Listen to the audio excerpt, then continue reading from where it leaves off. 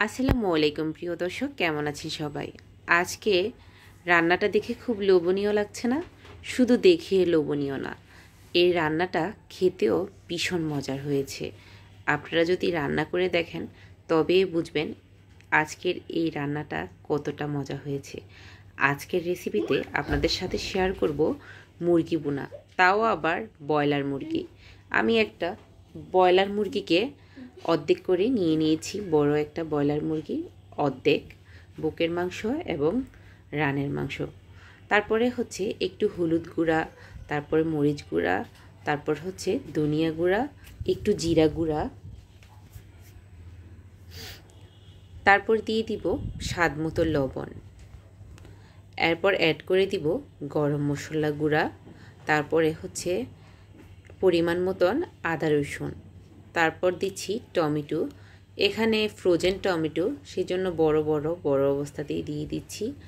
আর সাথে দিচ্ছি পেঁয়াজ কুচি, সাথে দিচ্ছি মরিচ, তারপরে হচ্ছে একটু সরিষার তেল দিচ্ছি। এবার সবগুলা উপকরণকে খুব ভালোভাবে হাত দিয়ে মাখিয়ে নেব, একদম ভালোভাবে মাখিয়ে নেব, যাতে করে সব ধরনের মশলা মুরগির গায়ে খুব ভালোভাবে মিক্স হয়। আজকের রান্নাটা যদি আপনারা না রান্না করে খান তবে কিন্তু বুঝবেন না এই রান্নাটা কতটা মজা হয়। ব্রয়লার মুরগি খেতে এত দারুণ হয়, যদি নিজেরা রান্না করে দেখেন তখনই বুঝতে পারবেন এই রান্নাটা কতটা মজার। এদিক দিয়ে আলু ছাড়া তো আমার ছেলের আমাদের চলবেই না, সাথে দিয়ে দিলাম কয়েক টুকরো আলু দিয়েও ভালোভাবে মিক্স করে নিচ্ছি। এই পর্যায়ে হাতে যদি সময় থাকে কিছুক্ষণ রেখে দেওয়ার চেষ্টা করবেন, আর যদি সময় নাও থাকে তাহলে কিন্তু স্বাদের হয়তো ওই রকম তারতম্য হবে না।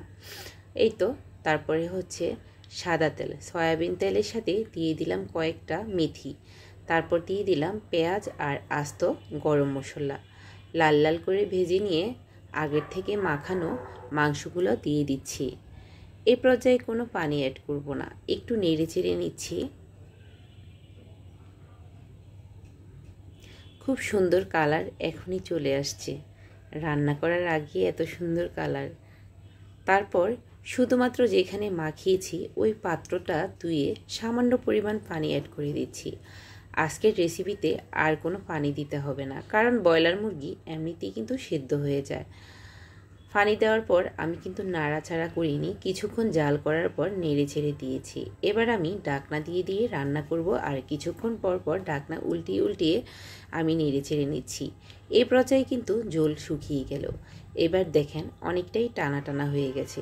এই পর্যায়ে কিন্তু মুরগি রান্না ডান। এই মুরগি রান্নাটা করতে সময়ও একদম কম লাগে, যেহেতু ছোট ছোট টুকরো, সেজন্য রান্না করতেও কম সময় লেগেছে। আল্লাহ হাফেজ সবাইকে।